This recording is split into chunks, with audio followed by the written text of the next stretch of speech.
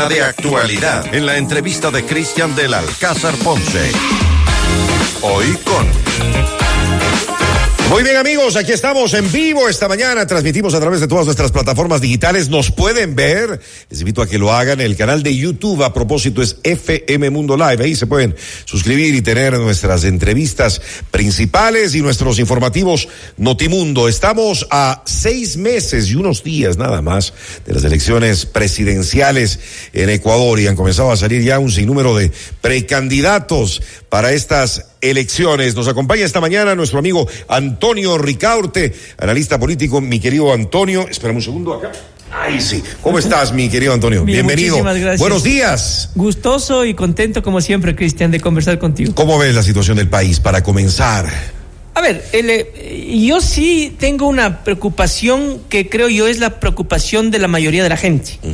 Cuando tú revisas la información cuantitativa de encuestas de opinión y preguntas cuál es el principal problema que tiene la gente, el 46-47% de la población te dice que el principal problema que tienen es la economía. Y ese sí. Que antes era la inseguridad. Antes era la inseguridad. Ahora es la parte económica. Es la economía. 47% es la economía, 37% es la inseguridad. ¿Y qué engloba el tema de la preocupación económica? Es no hay empleo.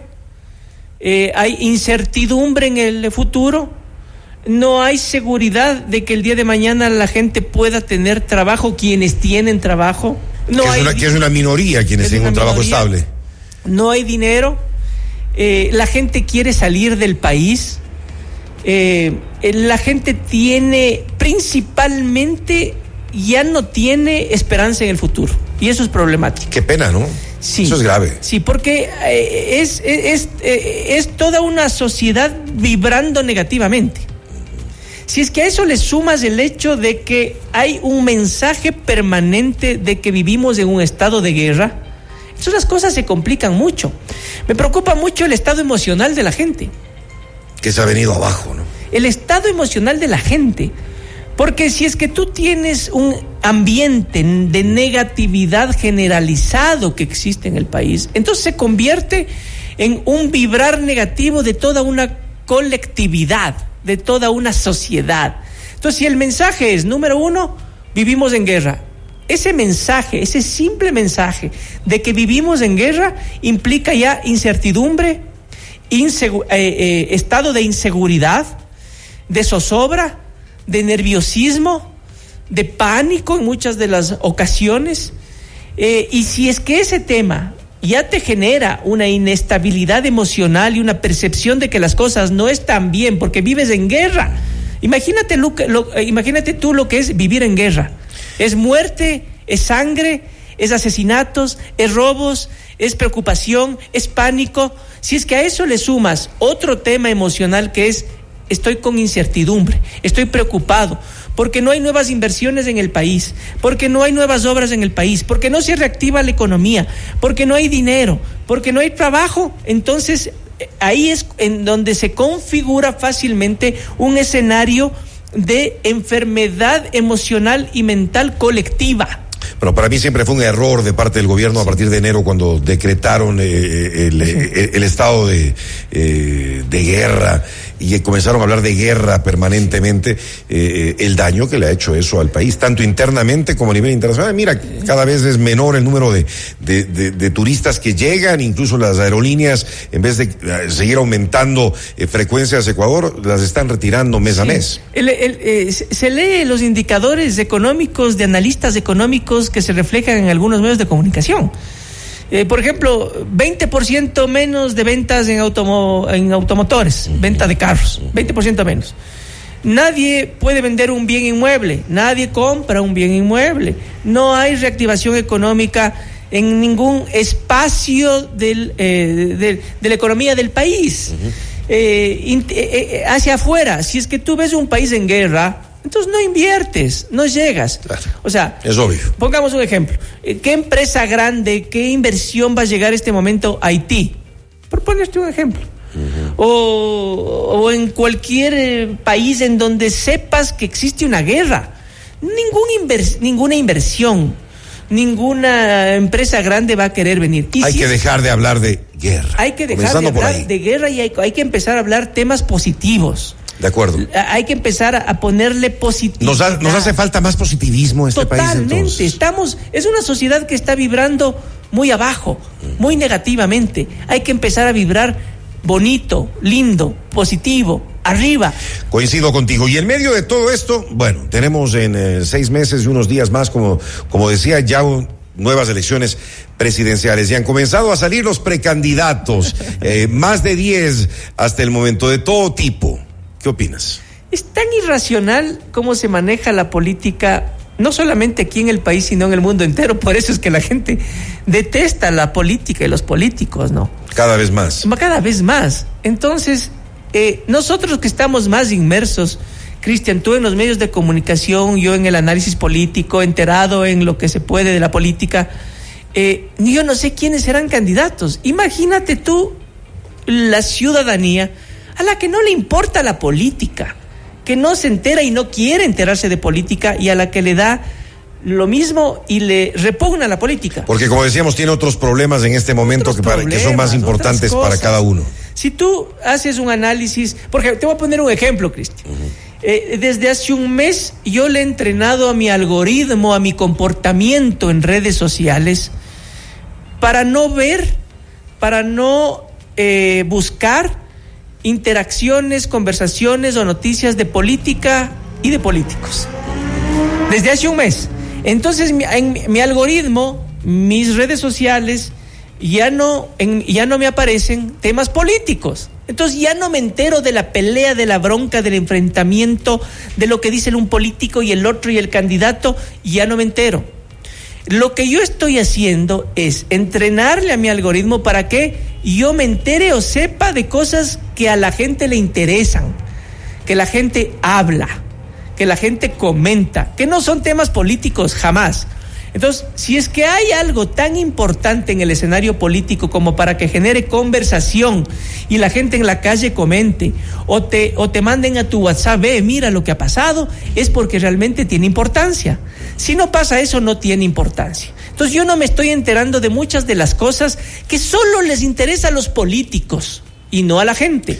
Entonces, pero si hay algo que nos tiene que interesar, ¿no? ¿Quién va a ser el próximo presidente de la República? Claro, por supuesto, pero ya llegará el momento. Y en este instante, yo te puedo decir que en el escenario hay un único personaje, un único candidato y un único actor político, si quieres llamarlo así. Daniel Noboa. ¿Qué es Daniel Noboa?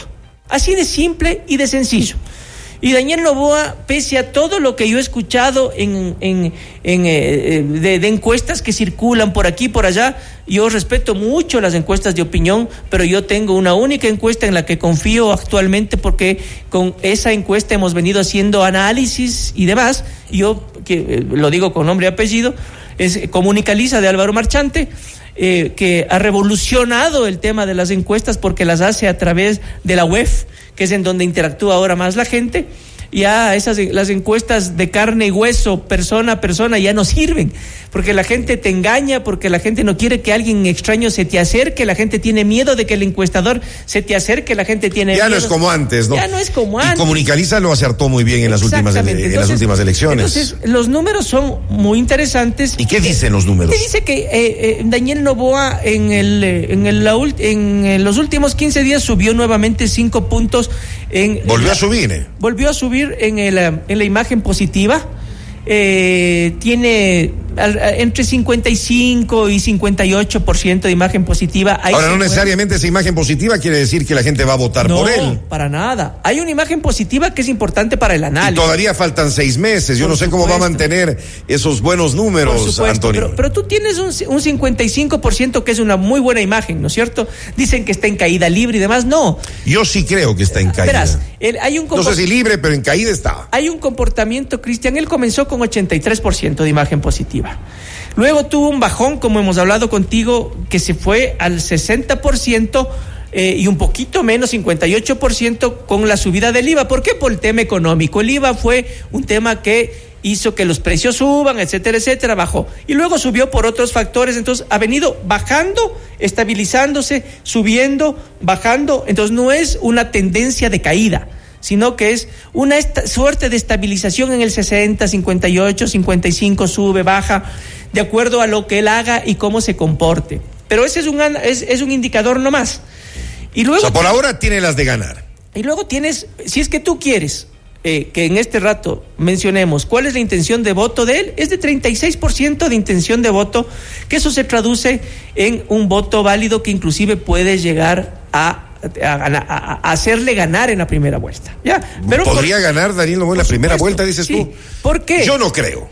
La verdad, porque el otro, hablamos en febrero a ver qué mismo pasó. Porque al otro lado, Cristian, analicemos juntos este tema. ¿Qué candidatos tienes? Y entremos en materia de la entrevista. ¿Qué candidatos tú tienes al otro lado? Bueno, el candidato que ponga la Revolución Ciudadana, sin duda ellos tienen un voto fuerte prácticamente seguro. El candidato que ponga la Revolución Ciudadana tendrá la misma votación que si es que le ponen a mi teléfono celular como candidato. Porque ahí tienes un voto duro correísta. Claro, es el voto duro. Que le ha permitido en las dos últimas elecciones llegar a segunda vuelta. Porque tienen ese 30% de voto duro correísta en primera vuelta que se traduce en un poquito más, pero que tiene un límite, y es lo que contigo hemos hablado siempre. Tienen un techo de concreto. ¿Por qué tienen un techo de concreto? Primero, porque la Revolución Ciudadana tiene un líder que se llama Rafael Correa. Ese líder, Rafael Correa, y esa Revolución Ciudadana tienen ese voto duro correísta que les ha permitido llegar a segunda vuelta. Pero como ya son parte de la política tradicional y caduca, esa política que se sube a las tarimas, que hace caravanas, concentraciones, esa política que tiene banderitas y camisetas del partido y que hablan en un idioma bien extraño. El idioma de la política es bien extraño para la gente. La gente no entiende ese análisis, ese idioma tóxico, negativo del enfrentamiento, de la bronca, de la pelea. Entonces, Rafael Correa es justamente ese fiel representante de la política tradicional. Y esa política tradicional hace que tenga un techo de concreto que, si es que bien le puede llevar a la segunda vuelta, no le permite ir más allá ni crecer en su votación para poder ganar. Ya pasaron de moda, entonces. Ya pasaron. Son políticos del siglo pasado, de la época de las cavernas. Pero tienen su voto duro. Sí, pero no les permite ganar nunca la presidencia. No les permitirá nunca más ganar la presidencia de la República. ¿Tú crees que no vuelven a ganar la presidencia los correístas? No, por lo que te digo, por ese techo duro. Y si es que cualquier personaje, ponle tú a la señora Luisa González o a cualquier otro candidato o candidata, pongámonos en el escenario de que lleguen a segunda vuelta, porque además ese voto duro cada vez es menor de ellos. Pero pongámonos en el escenario de que llegan a segunda vuelta.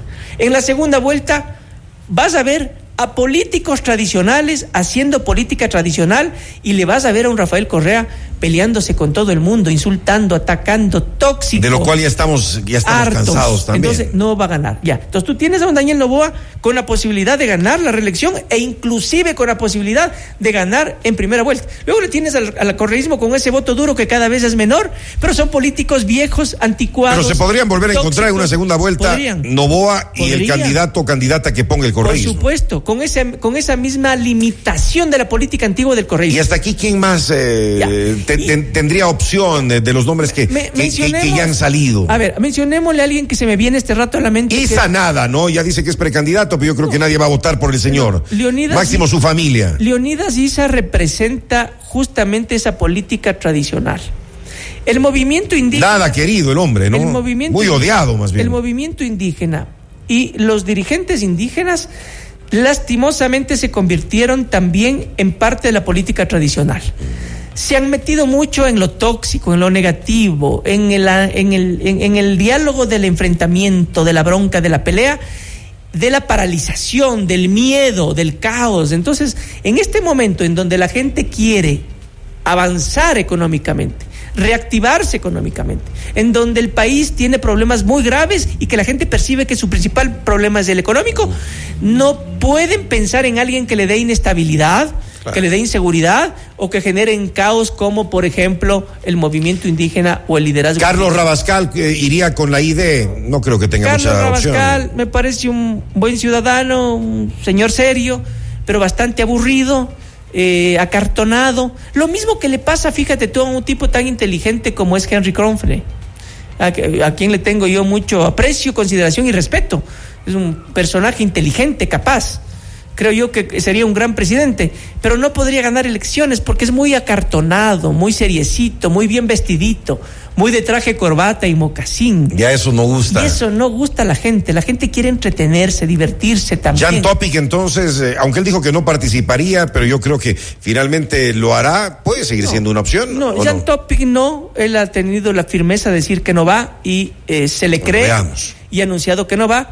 Y Jan Topic ya no es el outsider, como hemos hablado contigo en algunas ocasiones. Jan ya fue outsider. Y los outsiders son quienes irrumpen en el escenario político electoral con novedad, siendo diferentes, siendo distintos. Ese Rambo de Sambo que se vestía con traje de combate para atacar a la delincuencia, ya fue. Otto Sonnenholzer. Otto, qué gran tipo, qué gran persona. Otto, inteligente, capaz. Cuando hacíamos análisis de focus group, de encuestas cualitativas, que se le pregunta de manera psicológica a un grupo de personas en un cuarto cerrado de que analicen temas más profundos de la colectividad, nosotros utilizamos el símil, o mejor dicho, le pedimos a la gente que nos digan con qué animales relacionarían ustedes a estos candidatos o otros políticos. Y claramente cuando hicimos eso en la elección pasada, Otto nos aparecía como un oso grandote dormilón. También no despertaba mucha pasión, no despertaba ánimo, no despertaba alegría, no entretenía. Daba un poquito de sueño, pero Otto es un gran tipo, es un tipo inteligente, un tipo capaz, que posiblemente con una campaña estratégica podría tener. Que ya le falló la última vez y mucho, ¿no? Podría tener. Que parecía que iba a ser uno de los favoritos y el rato los ratos nada. ¿No? ¿Quién más? Pedro Freile. No pasa nada con Freire. No, a ver. Ya tuvo su oportunidad y fue incluso la sorpresa con la cantidad de votos que logró en su momento. A Pedro le considero primero un buen tipo. Inteligente, capaz, pero no debería cometer el error, Pedro, de ser candidato permanente a todo. Porque si tú apareces mucho en la política, ya eres político tradicional. Se va desgastando. Y la gente odia a los políticos tradicionales. Ahora, faltan todavía 6 meses y unos días, entonces podría haber una sorpresa, como fue Daniel Noboa una sorpresa en estas últimas elecciones anticipadas, que nadie se habría imaginado que iba a llegar a ser el presidente, ni él mismo. Sí, ahí tendrían que confluir algunos factores. Primero, alguien novedoso. Novedoso puede ser un joven o alguien que tenga más edad, no importa, porque novedoso puede ser un candidato como Hernández en Colombia, que llegó a la segunda vuelta con Petro, señor que tiene 70 años, pero novedoso, entretenido. Entonces, un candidato novedoso, que entretenga, que hable en el idioma de la gente, que se aleje de la política tradicional en todo, en las formas y en el fondo. Que no se suba a las tarimas, un personaje realmente distinto, Cristian, ¿no? Entonces debería ser un personaje diferente, distinto, que hable el idioma de la gente, que sintonice, que entretenga y que llegue con el idioma de la gente a poder sintonizar con esa población. Y segundo, que tenga dinero. En este momento una campaña cuesta muchísimo plata y hay que tener mucho dinero para poder avanzar. Entonces, en este escenario que estamos planteando, con todos estos candidatos, que yo le sumaría un hecho adicional, la gran mayoría de estos candidatos son patrocinados o serán patrocinados por partidos políticos tradicionales. Entonces, si tú tienes un candidato aburrido, acartonado, de traje, corbata y mocasín, que se sube a tarimas, que exhibe banderitas, que se pone camisetitas del partido político, que hace caravanas y concentraciones, es político tradicional. Y si además le patrocina a un partido político tradicional, entonces fin del asunto. Y si es que además quieren hacer alianzas con partidos políticos tradicionales, peor, porque hay esa falsa concepción de los políticos tradicionales de que mientras más alianzas o más sumes, es mejor. No hay nada peor para la gente ahora que se sumen o que se hagan acuerdos entre políticos y partidos políticos, porque para la gente se están sumando los malos, los odiados. Eso es terrible. Entonces, sigues tú poniéndole en primer escenario a un presidente de la República que tiene buena imagen, un presidente de la República que habla en el idioma de la gente, un presidente de la República que sabe utilizar las nuevas formas de comunicarse a través de las redes sociales. Aunque se equivoque tanto en muchas cosas, Antonio. Pero la gente le percibe diferente. La gente le percibe distinto, porque en la vida y en la política, hemos hablado contigo, Cristian, lo que manda son las imágenes, no el fondo, no lo que se dice. Entonces es un personaje distinto, diferente, que sabe utilizar redes sociales y las nuevas formas de comunicar para llegar a la gente, que no tiene un partido político tradicional, que se viste, habla, actúa diferente.